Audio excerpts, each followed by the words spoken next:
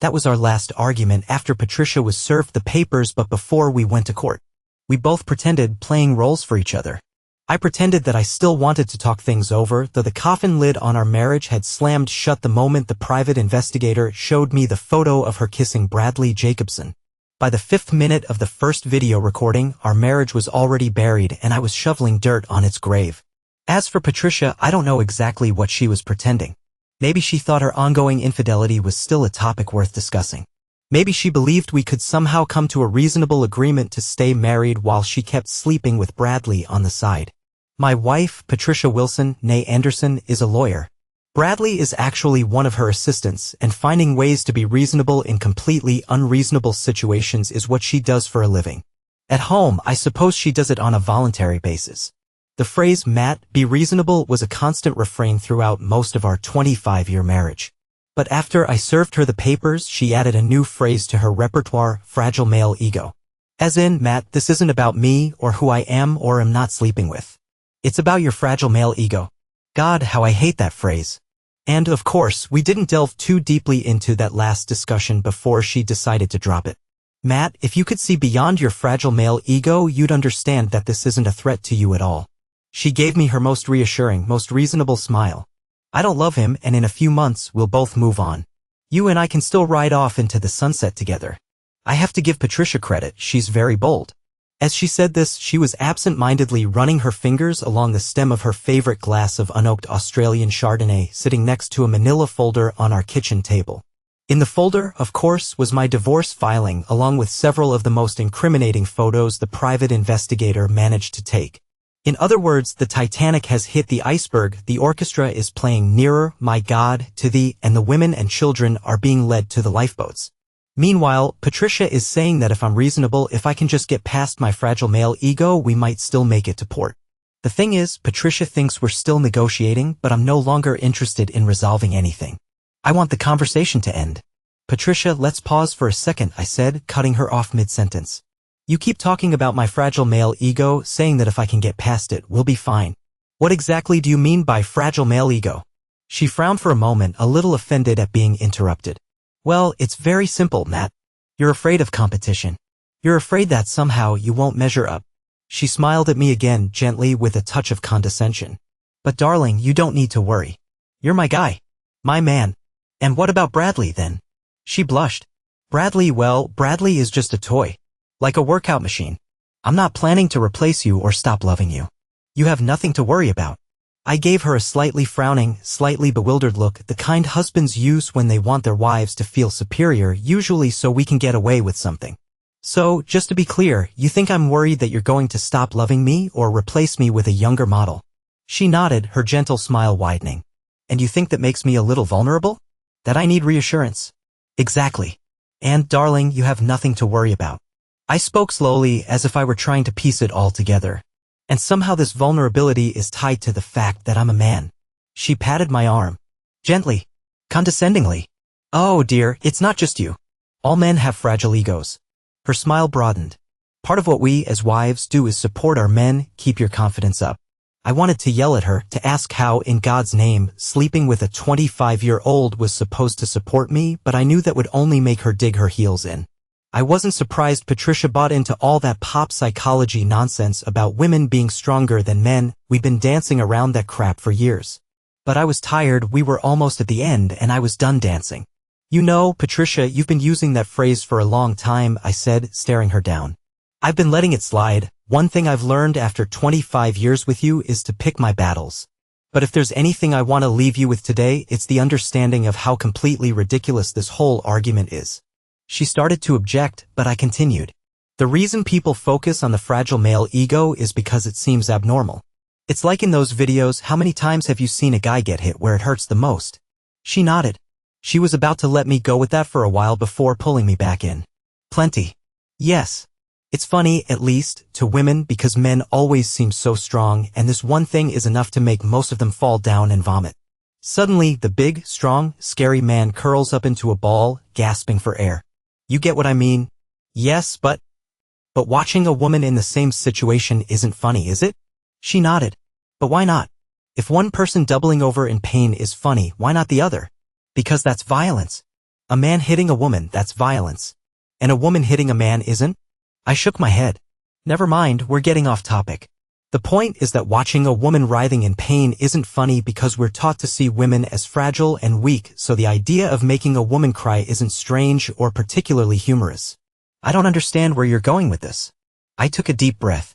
The point is, it's the same with the ego. When I go to work every day, my friends joke about my sexual abilities, my size, my belly, my thinning hair, and anything else they can find to tease me about. Now imagine if your friends did the same to you. Imagine walking into the office and immediately getting comments on every area that you feel insecure about. How would that make you feel? God, she said, I can't imagine a woman ever treating her friend like that. And certainly not all the time. But that's exactly what happens with us, the big, strong men. We shrug it off, throw back a comment, and get on with our day. Now, I was the one patting her arm. Gently. Condescendingly. I wondered if she noticed. The truth is, the only place I allow myself to feel fragile and vulnerable is in this home. This is where I take off the armor, show my soft underbelly, and trust that you won't take advantage of it. What you see as my fragile male ego is just me letting my guard down in the only place in the world where I feel I can be fragile. Do you understand? Patricia smiled and nodded. I could see her gathering her strength for another attack. But that's exactly the point, Matt. Here, you're safe. You can be vulnerable. I'm not going to leave or throw away what we have because of a fling. I took off my glasses and rubbed the bridge of my nose. You still don't get it, Patricia. I believed you when you told me I was the best lover in the world, even though I knew, objectively, that wasn't true. Hell, in the last 25 years, I've only had one lover, not exactly a lot of experience. I smiled. I believed you when you said that I was enough for you, that my size was perfect for you, that my body still excited you. I took you at your word, even when I knew you were just boosting my ego. I chose to be vulnerable with you because I thought I could trust you. I'm so glad that you. And you betrayed that, I shouted, slamming my hand on the table. Her eyes widened and she fell silent. I took a deep breath and tried to regain my calm voice. About 6 months ago, I started noticing that you weren't being so careful with my vulnerability. I noticed the way you spoke when I took off my shirt, how you closed your eyes when we had sex. I picked up on the snide comments about needing to hit the gym or give up beer. She looked at me stunned and I continued. I noticed that you stopped telling me about your day or asking about mine. I noticed that you weren't around me anymore. Even before you started sleeping with Bradley, I realized you were no longer a safe space for me. You weren't going to protect my vulnerability. Matt, She paused. Was the lawyer at a loss for words? I looked her in the eyes. Firmly. Her eyes were shining, and I'm sure mine were too. I tried to fight it, Patricia. I asked you out to dinner more often, complimented your clothes. I tried to plan more vacations, more time just for us. I tried to show you that you were special to me. I dressed better. I started going to the gym. I hoped you'd remember how special I once was to you. I looked down at my hands. Not now. I couldn't let her see the tears.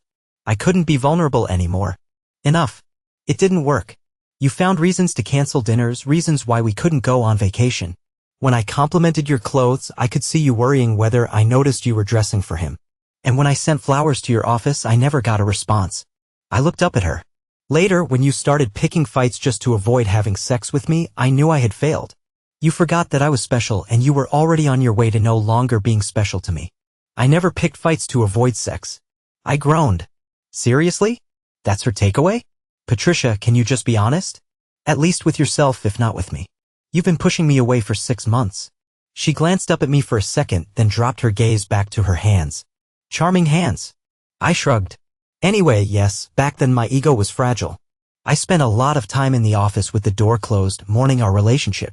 I tried to put on a strong face, the one I wear at work, so you wouldn't see how deeply you hurt me. I started finding reasons to leave the house to avoid spending time with someone who could hurt me and who now so clearly wanted to. She looked shocked. I smiled slightly and gently patted her hand again. But you'll be glad to know that my fragile ego has healed. I found other things to occupy my time and other people who made me feel special. She looked up, a question in her eyes.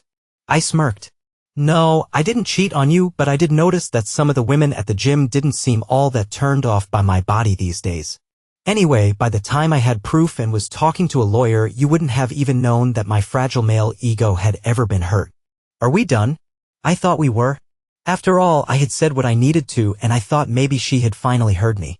Maybe now we could move on. But of course, I was married to a lawyer, and there was no such thing as a lost case.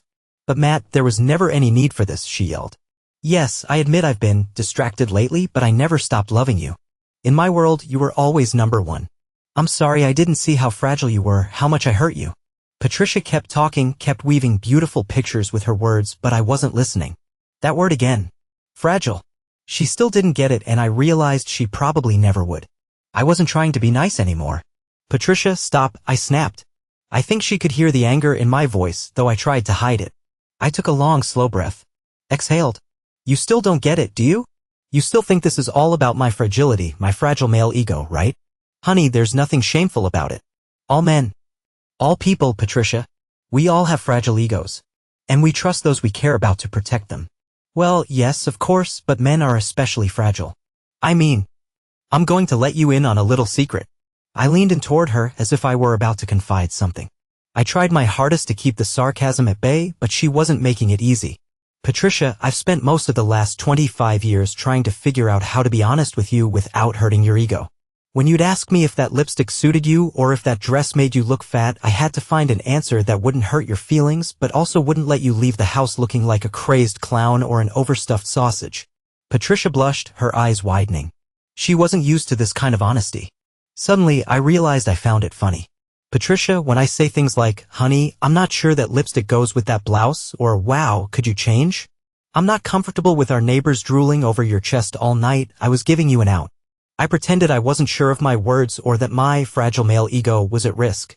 And do you know why I did that? She shook her head. It's because I didn't want to put your ego at risk.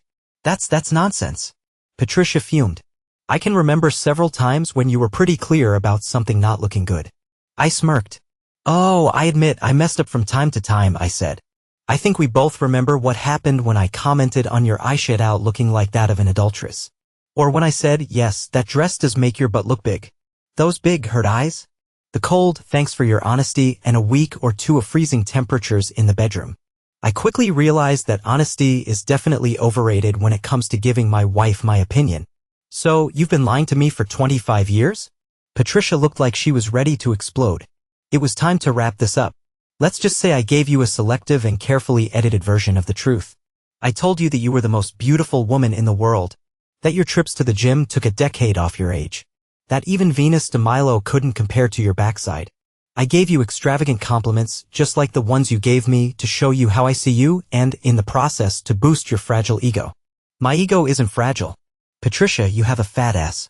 She looked at me as if I had just punched her in the chest. What? I smiled at her. You have stretch marks. Your breasts have sagged.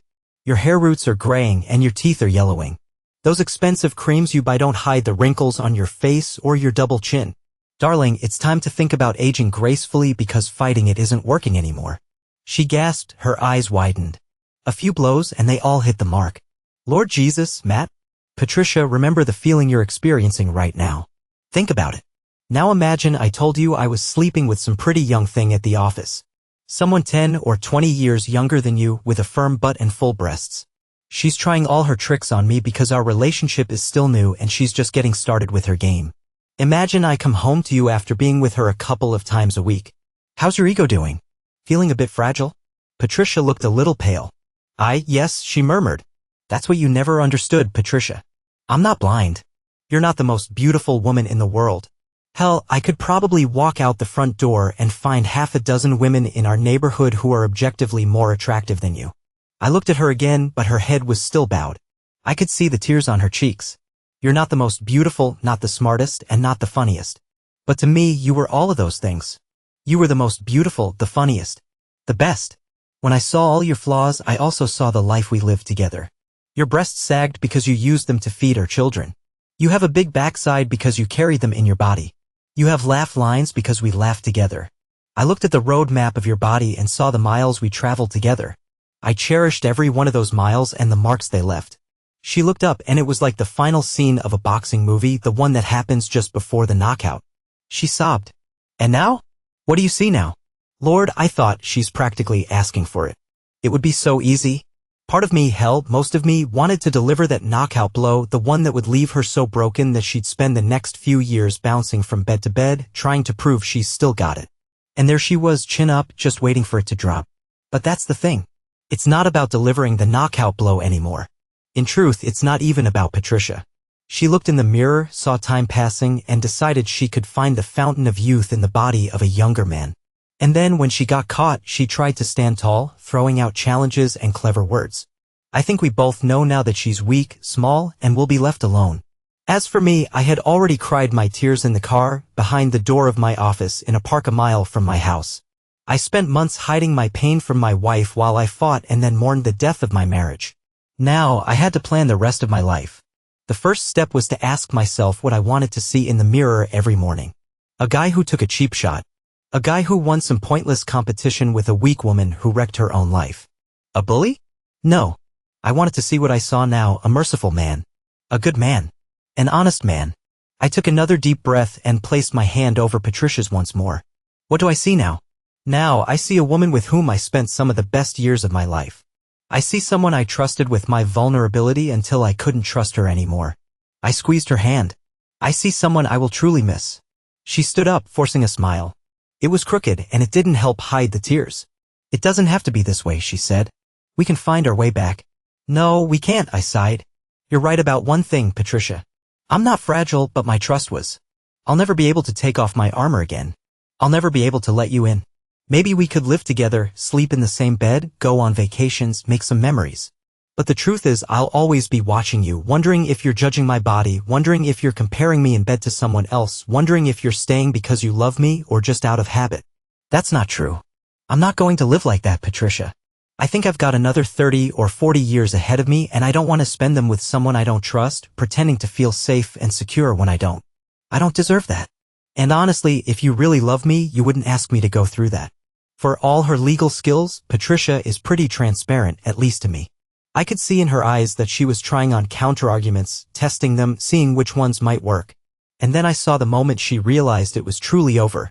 The light in her eyes seemed to fade. Once Patricia decided not to fight, the divorce went quickly. We traded jewelry for tools and a TV, furniture for my partially restored Mustang.